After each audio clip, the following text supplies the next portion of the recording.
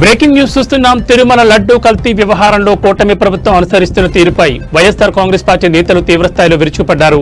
పశ్చిమ గోదావరి జిల్లా తాడేపల్లిగూడెంలో నియోజకవర్గ ఇన్ఛార్జ్ వడ్డీ రఘురామనాయుడు కార్యాలయంలో ఏర్పాటు చేసిన మీడియా సమావేశంలో వైసీపీ నేతలు సంచలన వ్యాఖ్యలు చేశారు. ఈ సమావేశంలో కొప్పుల వెలమ కార్పొరేషన్ మాజీ డైరెక్టర్ గొర్రెల శ్రీనివాస్, ఎంపీపీ పి శేషులత సహా పలువురు నేతలు మాట్లాడారు. స్వయంగా ప్రభుత్వం ఏర్పాటు చేసిన సీట్ నివేదికే కల్తీ జరగలేదని చెబుతుంటే ఇప్పుడు మళ్లీ విచారణ కమిషన్ల పేరుతో కాలయాపన చేయడం ఏంటని వారు ప్రశ్నించారు. కేవలం ప్రజలను డైవర్ట్ చేయడానికి ఈ కమిషన్ల డ్రామా ఆడుతున్నారని మండిపడ్డారు. ముఖ్యంగా డిప్యూటీ సీఎం పవన్ కళ్యాణ్ తీరుపై నేతలు విమర్శల వర్షం కురిపించారు. రసాయనాలతో నెయ్యి తయారు చేయొచ్చని పవన్ చెప్పడం హాస్యాస్పదంగా ఉందని, చంద్రబాబు రాసిచ్చిన స్క్రిప్ట్ ను చదవడమే పవన్ పని ఎద్దేవా చేశారు. ఏ విధమైన ఆధారాలు లేకుండా అయోధ్యకు పంపిన లడ్డూలపై అపప్రచారం చేస్తూ హిందూ భక్తుల మనోభావాలతో చెలగాటమాడుతున్నారని దుయ్యబట్టారు. లడ్డూ కల్తీపై మండలిలో ఎందుకు చర్చించడం లేదని ప్రశ్నించిన నేతలు హెరిటేజ్ సంస్థకు హిందూపూర్ డైరీలకు ఉన్న సంబంధాలపై నోరు విప్పాలని డిమాండ్ చేశారు. నీచ రాజకీయాల కోసం భగవంతుని వాడుకుంటే ఆ దేవుడే తగిన గుణపాఠం చెప్తారని హెచ్చరించారు. ఈ కార్యక్రమంలో వైసీపీ నాయకులు గుండుమోగుల నాగు, తానేటి అజయ్, పట్నాల గణపతి, జడ్పీటీసీ ఉప్పులూరి వరలక్ష్మి సహా పలువురు కార్యకర్తలు పాల్గొన్నారు.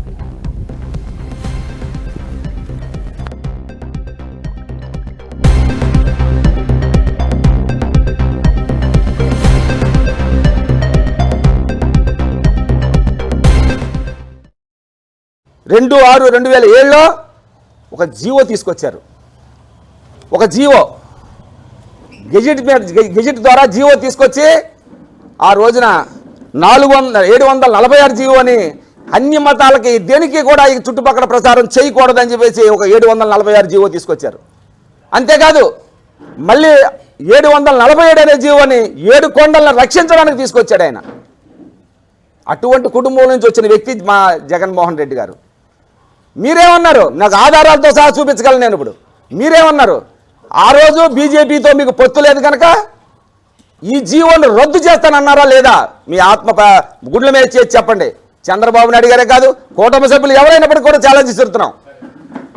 ఆ రోజున మీరు ఈ 747 జీవో రాజశేఖర రెడ్డి గారు తేలేదు అని చెప్పండి, మేము ముక్కును నేలకు రాస్తాం. అంతేకాదు మేము ఆ జీవోని రద్దు చేస్తామని కూడా అనలేదని చెప్పండి, మేము ముక్కును నేలకు రాస్తాం. చేసిన పనులన్నీ మీరు చేసి సర్వనాశనం చేసి రాష్ట్రాన్ని ఈ రోజుని ఒక మా దేవదేవుడైనటువంటి కలియుగ వెంకటేశ్వర స్వామిని అబాసపాలు చేయడానికి అబాసపాలు చేసేసారు ఆల్రెడీ. కానీ దాన్ని కప్పిపుచ్చుకోవడానికి అది తప్పు, మీరు చేసింది తప్పు అన్న విషయం కేంద్రమే మీకు చెప్పింది సిట్టు ద్వారా.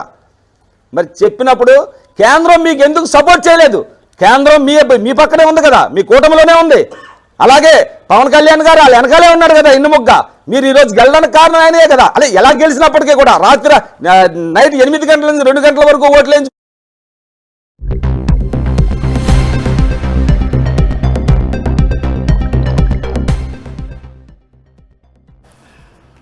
తాడేపల్లిగూడెం పట్టణ నియోజకవర్గ ఈ రాష్ట్ర ప్రజలందరికీ నమస్కారాలు తెలియజేస్తూ ఈ రోజున ఈ పత్రికా సమావేశంలో కూర్చున్నటువంటి వైఎస్ఆర్సీపీ నాయకులకు, మహిళా కార్యకర్తలకు, మహిళా నాయకులకు, పత్రికా విలేకరులందరికీ కూడా నమస్కారాలు తెలియజేసుకుంటున్నాను. ఈ మధ్యకాలంలో సుమారు సంవత్సరంన్నర నుంచి కూడా ఈ వెంకటేశ్వర స్వామి యొక్క లడ్డూ మీద రకరకాల ఆరోపణలు చేస్తూ మరి ఈ రాష్ట్ర ప్రభుత్వం నుండి, కూటమి ప్రభుత్వం నుండి జగన్మోహన్ రెడ్డి గారిని ఏదో రకంగా అన్పాపులు చేయాలి అనే ఉద్దేశంతో ఈ కార్యక్రమాలన్నీ ఈ కూటమి ప్రభుత్వం, కూటమి నాయకులు చేస్తామో మీకు అందరికీ తెలుసు. అయితే నేను ఒకటే విన్నవిస్తున్నా, ప్రజలందరికీ కూడా ఈ భారతదేశంలోనే కాదు ప్రపంచ దేశాల్లో కూడా ఈ వెంకటేశ్వర స్వామికి ఎంత మంచి పేరు ప్రఖ్యాతులు ఉన్నాయో అదే సేమ్ వెంకటేశ్వర స్వామి లడ్డూకు కూడా అంత ప్రాముఖ్యత ఉంది ఈ ప్రపంచ దేశాల్లో కూడా. అలాగే ఈ తిరుపతి పట్టణం మరి సుమారులో 20 లక్షల మంది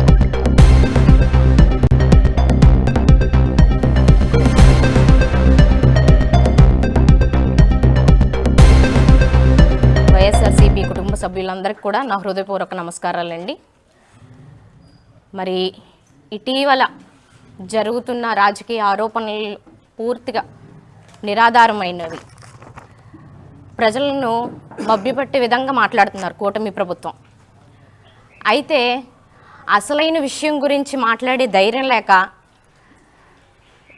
ఈ యొక్క లడ్డూ టాపిక్ని ఇన్వాల్వ్ చేస్తూ కూటమి ప్రభుత్వం తన రాజకీయ జీవితాన్ని ముందుకు కొనసాగిస్తుంది.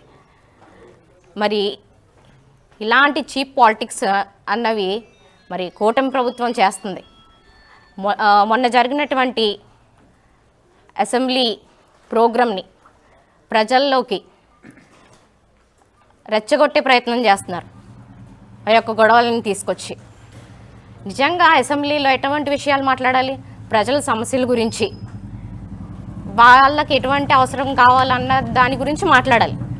కానీ మత భావోద్వేగాలకు గురయ్యే రీతిగా మాట్లాడుతున్నారు కూటమి ప్రభుత్వం. ఒక లడ్డు విషయంలో నిజంగా కల్తీయే జరుగుంటే, లడ్డూలో కల్తీ జరిగితే ప్రూఫ్స్ చూపించి మాట్లాడాలి. అంతేగాని చేతిలో మైక్ ఉంది కదా అని ఇష్టానుసారంగా మాట్లాడకూడదు. మరి ప్రజలు 3 విషయాలు అడుగుతున్నారు. అభివృద్ధి ఎక్కడ?